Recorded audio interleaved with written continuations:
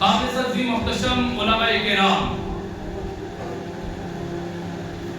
مختصر اور جامع کلمات آپ کی سماعتوں کے حوالے کر کے اجازت چاہوں گا۔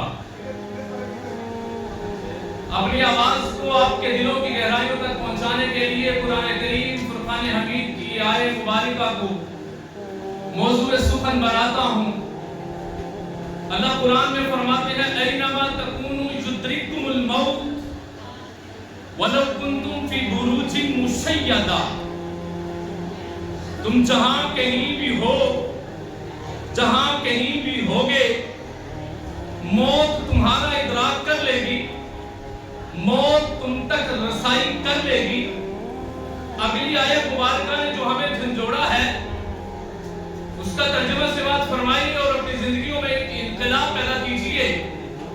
وَلَوْ كُنْتُمْ فِي بُرُوجٍ مُشَيَّدَةٍ، اگرچہ کہ تم اپنے آپ کو مضبوط عمارتوں میں، مضبوط قلعوں میں بھی محصور کر لو گے، موت وہاں پر بھی آئے گی۔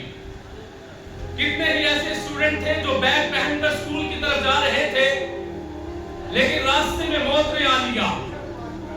کتنے ہی ایسے اسٹوڈنٹ تھے جو کالج اور یونیورسٹی میں روزمرہ کے معمول کے مطابق جا رہے تھے لیکن روڈ ایکسیڈنٹ کا شکار ہوئے، کلاس تک نہ پہنچ سکے اور ایمبولینس میں واپس آئے۔ کتنے ہی ایسے کسان تھے جنہوں نے کدال کو اپنے کندھے میں رکھا اور معمول کے مطابق کھیتوں کی طرف گئے، وہیں پر ہارٹ اٹیک آیا، 4 مئی پر گھر کی طرف لایا جا رہا ہے۔ کتنے ہی ایسے جاب ہولڈر تھے جو معمول کے مطابق جاب پر جا رہے تھے، واپس صحیح سلامت نہ آ سکے۔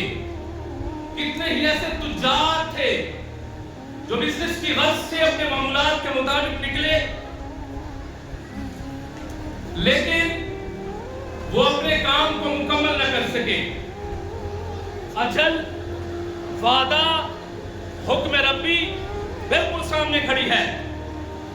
اب اللہ تعالیٰ کی ذات ارشاد فرماتی ہے لِكُلِّ أُمَّةٍ أَجَلٌ فَإِذَا جَاءَ أَجَلُهُمْ لَا يَسْتَأْخِرُونَ سَاعَةً وَلَا يَسْتَقْدِمُونَ۔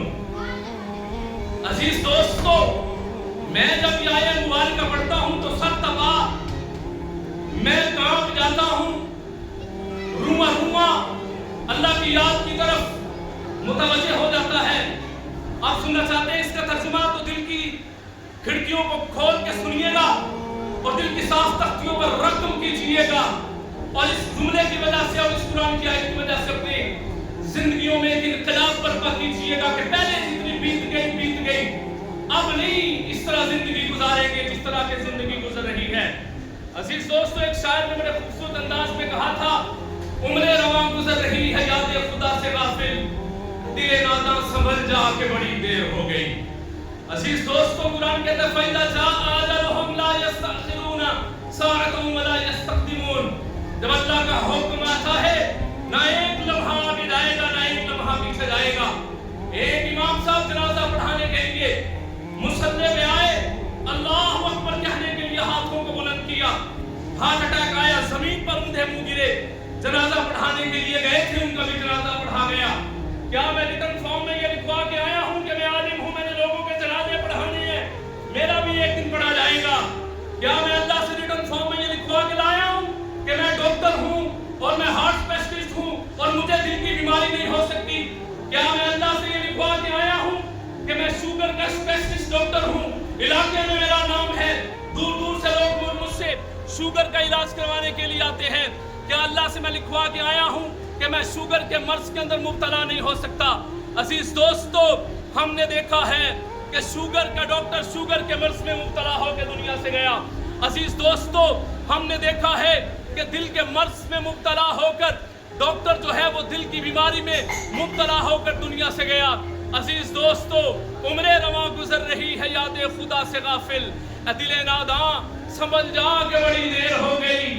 ہم لوگ نا عجیب قسم کے مزاج کے مالک ہیں۔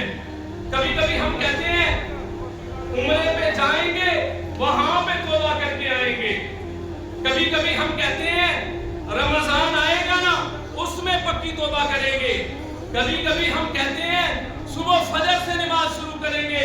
بھائیو مکے جایا بھی گل نہیں مک دی تے دلوں نہ گل مکائیے۔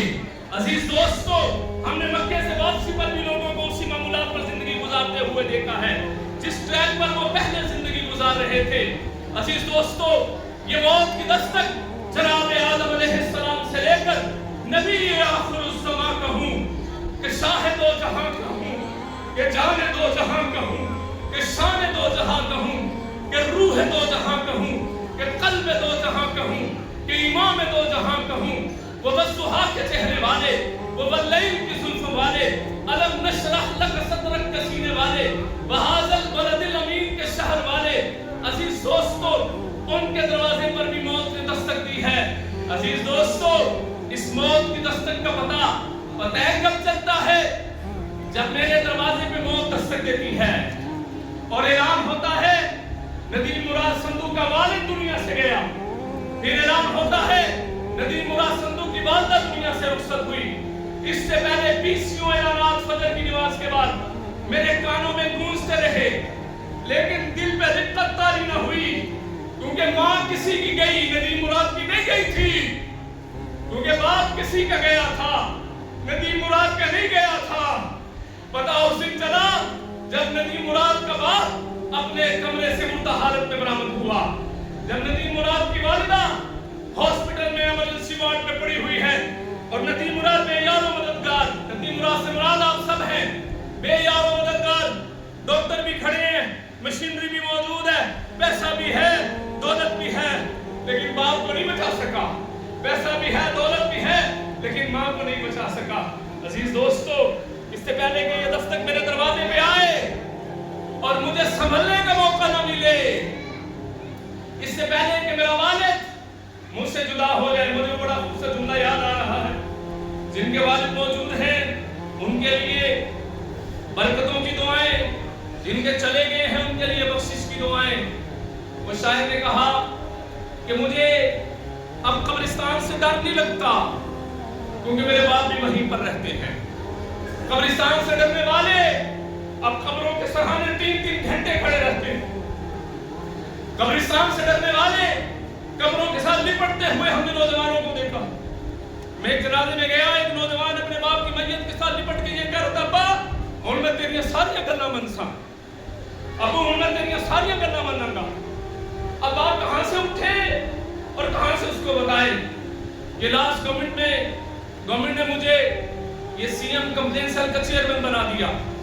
ریٹن فارم میں کمپلین میرے پاس آئی، ایک بوڑھا باپ جس کی کمر جھکی ہوئی تھی، اور اپلیکیشن جب میں نے پڑھی دل خون کے آنسو رونے لگا۔ حالانکہ میں ذمہ داری پر بیٹھا تھا، میرا رونا نہیں بنتا تھا، میرا کام انصاف دینا بنتا تھا، لیکن میری آنکھوں سے آنسو نکلے تحریر پڑھ کے، جس میں آخری جملہ یہ تھا، میں نے اپنے بچے کو پیدائش سے لے کر جوانی تک، اس کی شادی تک اپنی خواہشات کے گلے پہ چھری چلا کے میں نے اس کو سب کچھ دیا، میں نے اپنے سونا تک بیچ دیا، اپنا گھر تک بیچ دیا، لیکن آج میرے بچے نے مجھے گھر سے باہر نکال دیا، مجھے انصاف چاہیے۔ میں نے متعلقہ ڈی ایس پی کو کال کی، میں نے کہا 24 آورز کے اندر اندر اس بچے کو برآمد کرو۔ اب وہ بچہ میرے سامنے بیٹھا ہوا تھا، میرے سامنے 2 راستے تھے، قانونی کارروائی کر کے اس کو پابند سلاسل کرواتا، اور دوسرا یہ تھا جو اللہ نے مجھے بولنے کا ملکہ عطا کیا تھا، قرآن و سنت کی روشنی میں اس بچے کو باپ کے قدموں میں گرا دیتا۔ میں نے دوسرے میں خیر سمجھی، میں نے کہا یہ پابند سلاسل جائے گا، باپ کا دشمن بن جائے گا۔ میں نے روحانی تربیت کی، میں نے حضور علیہ السلام کے شرائط علی شان قرآن کریم کی آیات مبارکہ جو مولانا نے پڑھی تھی، وَقَضَىٰ رَبُّكَ أَلَّا تَعْبُدُوا إِلَّا إِيَّاهُ وَبِالْوَالِدَيْنِ إِحْسَانًا، یہ میں نے قرآن کی آیات پڑھنے کے بعد میں نے بچے کے اوپر اثر ہوتے ہوئے دیکھا، اس کی آنکھوں سے آنسو نکلے، اس نے باپ کے پاؤں پکڑ لیے، کہنے لگا ابا مجھے معافی دے دے، میں بھول گیا تھا۔ عزیز دوستو، اگر ہم میں سے کوئی ایسا بیٹھا ہے جس کا والد اس سے ناراض ہے، آپ کا والد آپ سے زیادہ دور نہیں ہے، ایک جبھی کی دوری پر ہے، ایک معافی کی دوری پر ہے۔ میں ایک جملہ کہتا ہوں اور اکثر اس جملے نے بڑے بچوں کی دلوں کی دنیا کو بھی بدلا تھا، وہ جملہ یہ ہے، میں اکثر کہا کرتا ہوں اپنے باپ کے ہاتھ پکڑ لو، دنیا میں تمہیں کسی کے پاؤں پکڑنے کی نوبت ہی پیش نہیں آئے گی، کوئی نوبت نہیں پیش آئے گی جس نے اپنے باپ کا ہاتھ پکڑ لیا۔ اگر میں باپ کی ڈیفینیشن کروں تو یوں کروں گا، پتہ ہے باپ کس کو کہتے ہیں؟ یہ گلی کے اندر سے آپ کو پھیری والا نظر آ بال سفید ہو چکے ہیں، اس کے آرام کی زندگی گزارنے کے لیے ہم ہیں، لیکن بچوں کے پیٹ میں لقمہ ڈالنے کے لیے پھیری لگا رہا ہے۔ پتہ ہے باپ کس کو کہتے ہیں؟ آؤ تمہیں میں اپنے شیخ پورا روڈ پہ ان فیکٹریوں میں لے کے جاؤں جہاں پر بھٹیاں لوہا گالنے والی لگی ہوئی ہیں، پسینے میں شرابور۔ کسی نے بوڑھے باپ کو دیکھنا ہو تو بھٹی کے سامنے دیکھے۔ یہ کس لیے ہے؟ یہ اپنے بچے کے پیٹ پالنے کے لیے ہے، بچے کی خواہش کو پورا کرنے کے لیے ہے۔ نہیں یقین تو چلو میرے ساتھ سبزی منڈی میں، تمہیں میں جھکی ہوئی کمروں کے اوپر چھاپڑے اٹھاتے ہوئے اور اس کے اوپر 30-40 کلو وزن اٹھاتا ہوا ایک بابے کو دکھاتا ہوں، اس کو باپ کہتے ہیں۔ جو اپنے مالک کی گالیاں سنتا ہے اس کو باپ کہتے ہیں۔ جو سخت گرمی میں کھیتوں میں کام کرتا ہے کسان، اس کو باپ کہتے ہیں۔ ارے بھائیو، اس سے پہلے کہ اعلان ہو فلاں بن فلاں کا باپ دنیا سے گیا، یہ تینوں بھائی میرے سامنے بیٹھے ہوئے میرے شاگرد ہیں۔ اللہ تعالیٰ ان کی زندگیوں میں ایمان میں برکت دے، عزت میں برکت دے۔ ان تینوں کو ساری زندگی یہ ایک کسک باقی رہے گی۔ دکھ یہ ہے یوسف و یعقوب کے خالق وہ لوگ بھی بچھڑے جو بچھڑنے کے نہیں تھے۔ یہ اپنے باپ کو یہ ساری زندگی یہ نقشہ ان کے سامنے رہے گا۔ کاش ہم آخری لمحہ اپنے باپ سے بات کر سکیں، کاش میرے باپ نے مجھ سے کوئی بات کرنی تھی۔ میری والدہ دنیا سے رخصت ہونے لگی۔ بھائیو میں ایکسپیریمنٹ بتا رہا ہوں، معاشرے کے اندر مولانا تفصیلی گفتگو کر دی ہے، قرآن بھی بیان کر دی ہے، حدیث بھی بیان کر دی ہے، میں مشاہداتی باتیں بیان کر رہا ہوں، میں تحدیث بن نعمتی بات کرنے لگا ہوں۔ یہ نہیں ہے میں بڑا فنے خامت، میں بڑی ماں کی خدمت کی، کچھ بھی نہیں کیا۔ میری والدہ کو موٹر نیورون ڈیزیز تھا جو لاکھوں میں سے کسی ایک پیشنٹ کو ہوتا ہے، دماغ سکڑنا شروع ہو جاتا ہے۔ ڈاکٹر نے مجھے کہا تیرے پاس 1.5 سال ہے، 1.5 سال میں تیری ماں تجھ سے رخصت ہو جائے گی۔ آپ سوچ سکتے ہیں ایک نوجوان بیٹے کو 1.5 سال کی سزیت میں گزارنا پڑے کہ اس کو پتا ہو کہ اس کی ماں نے اس سے بچھڑ جانا ہے۔ میری والدہ یہاں سے خوراک والی گالی سے کھا نہیں سکتی تھی، یہاں میدے میں پیک ٹیوب لگی ہوئی تھی، ہم خوراک کو انجیکٹ کر کے ہم سرنجوں میں خوراک بھر کے اپنی ماں کے میدے میں پہنچاتے۔ یہ کتنا مشکل مرحلہ ہے۔ وہ ماں جس نے مجھے گود میں اٹھا کے اس طرح چھوٹے چھوٹے لقمے اپنے منہ میں چبا کے نرم کر کر کے کھلائے، آج اس نوجوان کو وہی خوراک نرم کر کے ماں کے میدے میں اتارنی پڑ رہی ہے۔ عزیز دوستو، اللہ کسی کو بھی اس طرح کا دن دیکھنا نصیب نہ کرے کہ وہ 2 سال اس حقیقت میں مبتلا رہے۔ میں اپنے والد، میرا والد ایک پینڈو کسان کھیتاں چ کام کرنے والا، مجھے گاؤں سے اٹھایا 85 میں گجرانوالہ میں لے گیا، پڑھایا، PhD لیول تک پہنچایا کہ پچھلے دنوں میرے والد صاحب MRI ہوئی، کمر کا درد نکلا، پخانہ اندر ہو جاتا ہے۔ اب دیکھو بھائی، میں نے اپنے والد کو دھویا، دھونے کے بعد میں اپنے ابو کو تہمت باندھ رہا ہوں، میں کدی دھوتی بنی نہیں، شہر میرے نام میں دھوتی بننی آتی ہے کہ میں لک دی کہتے ہیں، بھائی کہتے ہیں لک دی بن میری، اب میں باندھ رہا ہوں، مجھے باندھنی نہیں آ رہی، میں یہاں سے اوپر سے گرا دے رہا ہوں، وہ کہتے ہیں وہ ایک نہیں لک دی بننی تھی، اب میں باندھ رہا ہوں، وہ غصے میں آگے میں نے کہنے لگے تو کہنا ہے تو بڑا پڑھیا لکھے ہے، دھوتی تے تینوں پیو دی بننی نہیں آتی۔ میں نے کہا اللہ دی قسم میں پڑھ جاہے نا جنوں ڈگریاں لین تو بعد پیو دی دھوتی نہیں بننی آئی، وہ ڈگریاں انہیں کس کام دیا نے؟ جنہوں اپنے پیو دا بستر تے پخانہ نہیں دھونا آیا، وہ کہتا پڑھیا لکھیا ہے۔ میری تقریرہ میرے کام کو نہیں آنیاں، میرے ممبر تے بیٹھ کے تقریرہ کرنیاں لوگوں میرے کام کو نہیں آنیاں۔ کہاں ہماری ہے ماں کی خدمت، کہاں ہماری ہے باپ کی خدمت۔ میری ماں مجھے کہا کرتی تھی پتر ایک وقت آیا لوگوں کو اسلامہ کرتی ہیں، آج اسلام کرنے والے تو ہے ماں نہیں ہے، آج اسلام کرنے والے ہیں باپ نہیں ہے۔ عزیز دوستو، اس سے پہلے کہ یہ جو لفظ کاش ہے نا، یہ انسان کو کھا جاتا ہے۔ واللہ العظیم جن کے باپ دنیا سے چلے گئے ہیں، یہ اپنی اولاد سے چھپ چھپ کے روتے ہیں کہ کہیں ہماری اولاد کمزور نہ پڑ جائے، یہ قبروں میں جا جا کے روتے ہیں۔ لیکن کیا کریں، وہ چلے گئے اس سے پہلے کہ اعلان ہو کہ فلاں کا باپ گیا، اب ہاتھ خالی، جھولی خالی، باپ چلا گیا، ماں چلی گئی، اب رو رہے ہیں۔ میرا ایک دوست ہے، وہ اپنے علاقے کا چیئرمین ہے، اس کا باپ جوتے اٹھا کے کھسا باندھا سی چون جالا لال رنگ دا، انہوں ماردا سی بازار دے اندر، چیئرمین علاقے دا، وہ کو ہسدا سی کہندا بھائی ٹھہر جو، او پرے آئی جے میں پریا تے میں کھا لواں، او بھائی ٹھہر، او تو پریا نوں پیچھے کر، میری گل سن، غصے والا بعد اس کا فوت ہوا، میں دیکھا میرے گلے لا کے رو رہا. جملہ اس نے کیا کہا، کہنے لگا مولانا آج وہ ان میں کسی جتیاں کو نہیں مارنی ہے، وہ جتیاں مارنے والا ٹور گیا. تو بھائیو اس سے پہلے کہ جوتے مارنے والا، غلطیاں نکالنے والا چلا جائے، اب ان تینوں بھائیوں کے موبائل میں ان کے ابو کا نمبر سیو ہوگا، نہ تو یہ اس نمبر کو ڈیلیٹ کر سکیں گے، نہ ہی اس نمبر کے پیچھے سے ان کے باپ کی آواز آئے گی.